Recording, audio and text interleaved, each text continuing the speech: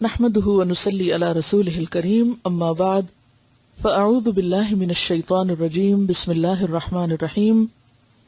نیت کے مسائل۔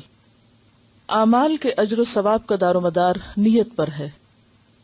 عن عمر بن الخطاب رضی اللہ عنہ قال سمعت رسول اللہ صلی اللہ علیہ وسلم یقول انما الاعمال بالنیات وانما لكل امرئ ما نوى فمن كانت هجرته الى دنیا يصيبها او الى امرأة ينكحها فهجرته الى ما هاجر الیہ، رواہ البخاری۔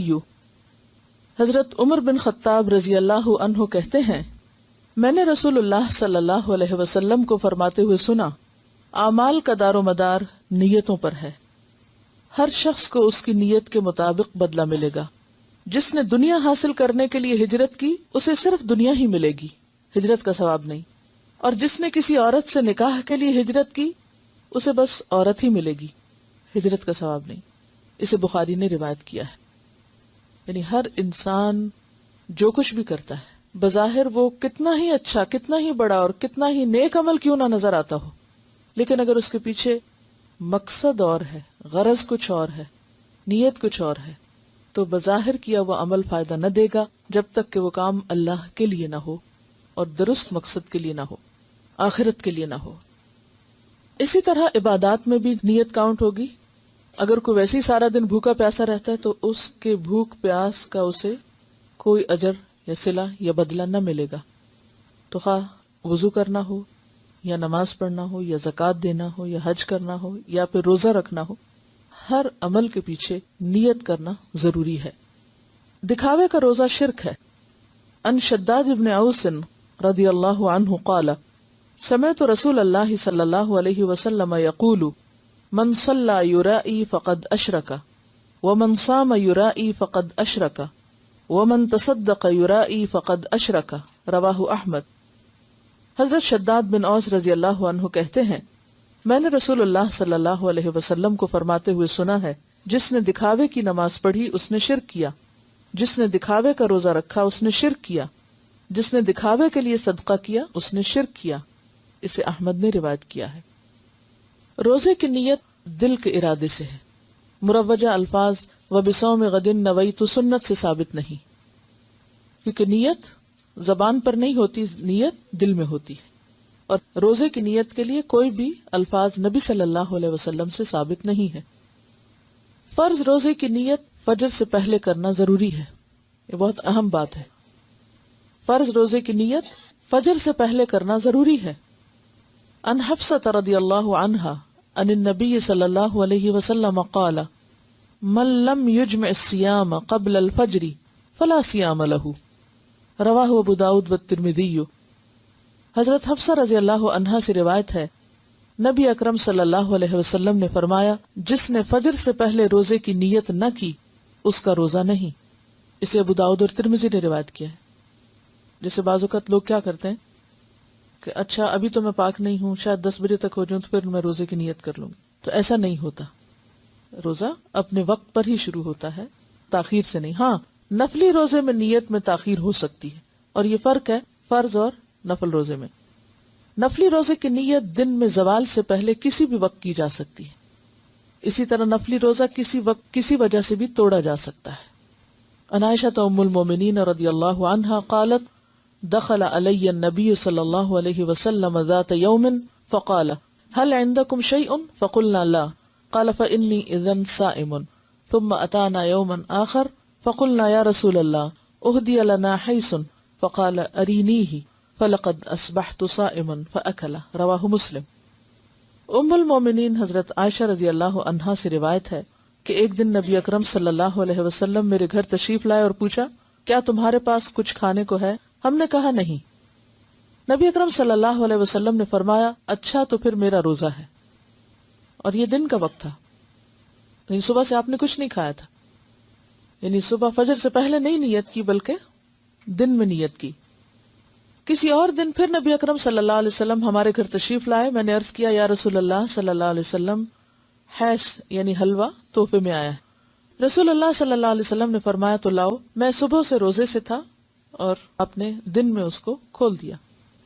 یعنی اگر نفلی روزے سے ہو انسان اور کوئی بھی وجہ ہو یا کوئی بھی وقت ہو، زوال سے پہلے زوال کے بعد، تو اس کو کھولا جا سکتا ہے. مثلاً آپ نے روزہ رکھا ہوا ہے، آپ کسی کے گھر گئے، وہ آپ کو کھانے کے لیے کہتے ہیں، اور اب آپ ظاہر نہیں کرنا چاہتے کہ آپ نے روزہ رکھا تو، اور آپ نفلی روزے رکھتے ہیں، تو آپ کھانے میں شریک ہو جائیں، روزہ کھول دیں.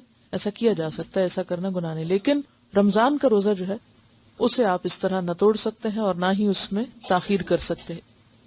مانا ہوا روزہ جو ہے وہ پھر فرضی روزے کے مطابق ہو جائے گا، یعنی نفلی روزے اور فرضی میں فرق ہے، یعنی وہ فرض کے برابر ہو جاتا ہے.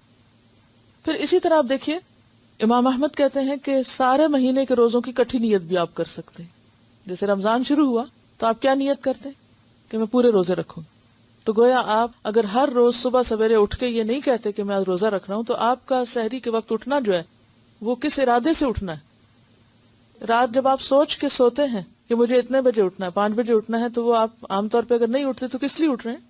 سحری کے لیے. تو یہ سحری کے لیے اٹھنا بھی دراصل کیا ہے؟ آپ کی نیت ہے، اور نیت جو ہے وہ دل کے ارادے کا نام ہے. اسی طرح بعض لوگ یہ پوچھتے رہتے ہیں کہ کیا ہم شوال کے روزے اور قضا روزے اکٹھے رکھ سکتے ہیں، یعنی ایک ہی دن میں 2 نیتیں اکٹھی کر لیں؟ تو 2 نیتیں بیک وقت جمع نہیں کی جا سکتی، کیونکہ ایک فرض ہے اور ایک نفل ہے. فرض روزہ اس کی نیت آپ کو سحری سے پہلے کرنی ہوگی، یعنی فرض روزہ خواہ آپ رمضان میں رکھ رہے ہیں یا آپ قضا رکھ رہے ہیں یا آپ نے کوئی نظر مانی تھی اور وہ روزہ رکھ رہے ہیں، ان سب کو آپ کو یعنی وقت شروع ہونے سے پہلے آپ کو نیت کرنی ہے. ٹھیک ہے. اب آپ شوال میں روزے رکھ رہے ہیں، تو آپ کیا چاہتے ہیں کہ آپ کے یا تو شوال کے روزے ہوں یا پھر قضا. تو آپ یہ بھی کر سکتے ہیں کہ پہلے شوال کے رکھ لیں اور بعد میں قضا روزے پورے کر لیں، اور یہ بھی کر سکتے ہیں کہ پہلے قضا روزے جو فرض ہے آپ کے اوپر اس کو پہلے ادا کر لیں، اور باقی اگر مہینے میں مزید مہلت مل جاتی تو آپ شوال کے روزے رکھ لیں. لیکن یہ نہیں ہو سکتا کہ آپ شوال کے روزے کی نیت سے بھی روزہ رکھیں اور اسی روزے کے اندر قضا کی نیت بھی کر لیں. بالکل اسی طرح جیسے آپ یہ نہیں کر سکتے کہ مثلاً آپ 4 رکعت ظہر کے وقت شروع کریں اور کہیں سنت اور فرض دونوں کی نیت اکٹھی اور اللہ اکبر، یہ نہیں آپ کر سکتے. یا 5 کی اکٹھی، یعنی دن میں جتنے بھی 4 فرض ہیں، ظہر اثر عشاء، سب کے فرض میں اکٹھے کر رہی ہیں، یہ نہیں ہو سکتے. ہر نماز کے لیے اس کے وقت پر الگ طور پر فرض کی، الگ طور پر سنت کی، الگ طور پر نفل کی نیت کرنا ہوگی. اسی طرح جب آپ فرض روزہ رکھیں تو اس میں کوئی اور نہیں شامل کر سکتے، وہ صرف وہی روزہ ہوگا خواہ آپ شوال میں رکھیں یا شعبان میں رکھیں. کہنے کا مطلب آپ کا یہ ہے کہ بجائے آپ کسی اور دن فرضی روزہ رکھیں، آپ منڈے کو اگر رکھیں تو شاید ثواب زیادہ ہو، کیونکہ نبی صلی اللہ علیہ وسلم عموماً سوموار کے دن اور جمعرات کے دن روزہ رکھتے تھے. یا یہ کہ مہینے کے جو 3 روشن دن ہیں، ایام 20 جن کو کہا جاتا ہے، یعنی 13، 14 اور 15 کے جو دن ہیں جب فل مون ہوتا ہے ایک طرح سے، تو ان دنوں میں آپ صلی اللہ علیہ وسلم روزہ رکھا کرتے تھے. تو ہاں آپ ان دنوں میں بھی رکھ سکتے، لیکن یہ بھی لازم نہیں کہ انہی میں رکھیں گے تو ثواب زیادہ ہوگا. وہ تو نفلی روزوں کے لیے اگین رکھ لیں تب بھی ٹھیک ہے، اور اگر اس کے علاوہ کسی اور دن میں رکھیں تو خود فرضی روزے کے ادا کرنے کا ثواب بھی بہت ہے، خواہ وہ آپ کسی خاص دن رکھیں یا کسی بھی دن رکھیں. تو اس لیے چیزوں کو مکس اپ نہ کریں، ہر چیز کو اپنی الگ جگہ رہنے دیں. السحور والافطار، سحری اور افطاری کے مسائل. سحری کھانے میں برکت ہے. نیند سے اٹھ جانے کے بعد جان بوجھ کر سحری ترک نہیں کرنی چاہیے. عن انس رضی اللہ عنہ قال قال رسول اللہ صلی اللہ علیہ وسلم تسحروا فإن فی السحور برکہ، متفق علیہ.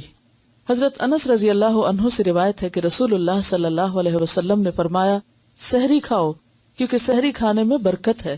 اسے بخاری اور مسلم نے روایت کیا ہے. اور برکت کا معنی یعنی تھوڑا بھی کھا لے تو اس سے انسان کی سیٹسفیکشن ہو جاتی ہے، اور بالکل اگر کچھ نہ کھائے تو اس سے ایک اور طرح کی فیلنگ ہوتی. دوسری بات یہ کہ جو کھانا بابرکت ہوتا ہے وہ انسان کی صحت کا بھی ضامن ہوتا ہے، یعنی اس وقت کا کھانا جو ہے وہ انسان کے لیے کئی قسم کے فائدے رکھتا ہے. رمضان المبارک میں فجر کی اذان سے پہلے سحری کے لیے اذان دینا سنت ہے، یعنی سحری کے لیے جگانے کو جو اذان دی جاتی ہے، سحری کا وقت بتانے کو، تو وہ اذان بھی دی جا سکتی ہے.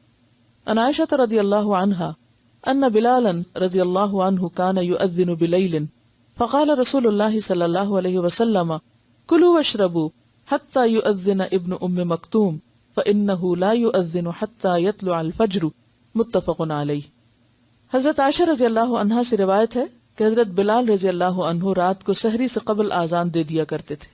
چنانچہ رسول اللہ صلی اللہ علیہ وسلم نے فرمایا اس وقت تک کھاؤ پیو جب تک کہ ابن ام مکتوم آذان نہ دے دیں، اس لیے کہ ابن ام مکتوم اس وقت تک آذان نہیں دیتے جب تک فجر نہ ہو جائے. اسے بخاری اور مسلم نے روایت کیا. اب بھی اگر آپ سعودی عرب جائیں تو آپ نے دیکھا ہوگا کہ تہجد کی اذان اسے بولتے ہیں عام طور پر، اور وہ کچھ وقت پہلے ہوتی ہے فجر کی اذان سے. اس وقت عموماً لوگ تہجد کے لیے حرم میں جاتے ہیں اور پھر فجر کی اذان ہوتی تو فجر کی نماز پڑھی جاتی ہے، اور ان دو کے درمیان کا وقت عام طور پر سحری کھانے کا وقت ہوتا ہے. افطار میں جلدی کرنا اور سحری میں دیر سے کھانا انبیاء کرام کا طریقہ ہے، یعنی سحری بہت جلدی نہیں کر لینی چاہیے کہ رات 12 بجے کر کے آپ سو جائیں.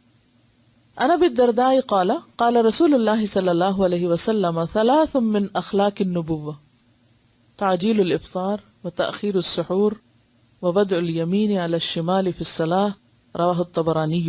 حضرت ابو درداء رضی اللہ عنہ روایت کرتے ہیں کہ رسول اللہ صلی اللہ علیہ وسلم نے فرمایا 3 باتیں اخلاق نبوت میں سے ہیں، یعنی نبیوں کا طریقہ رہی ہیں. نمبر 1 روزہ جلدی افطار کرنا، اور جلدی سے مراد سورج غروب ہوتے ہی، وقت ہونے کے فوراً ساتھ ہی. نمبر 2 سحری دیر سے کھانا، یعنی آخری وقت میں کھانا، وقت کے بعد نہیں، وقت تک. نمبر 3 نماز میں دایاں ہاتھ بائیں ہاتھ کے اوپر رکھنا. اسے طبرانی نے روایت کیا ہے. سحری کھاتے آذان ہو جائے تو کھانا فوراً ترک کرنے کی بجائے جلدی جلدی کھا لینا چاہیے، یعنی ایک دم ابرپٹلی سٹاپ نہیں کرنا چاہیے. عن ابی ہریرہ رضی اللہ عنہ قال قال رسول اللہ صلی اللہ علیہ وسلم اذا سمع احدکم النداء والاناء على يده فلا يدعه حتى يقضي حاجته منه رواہ ابو داود.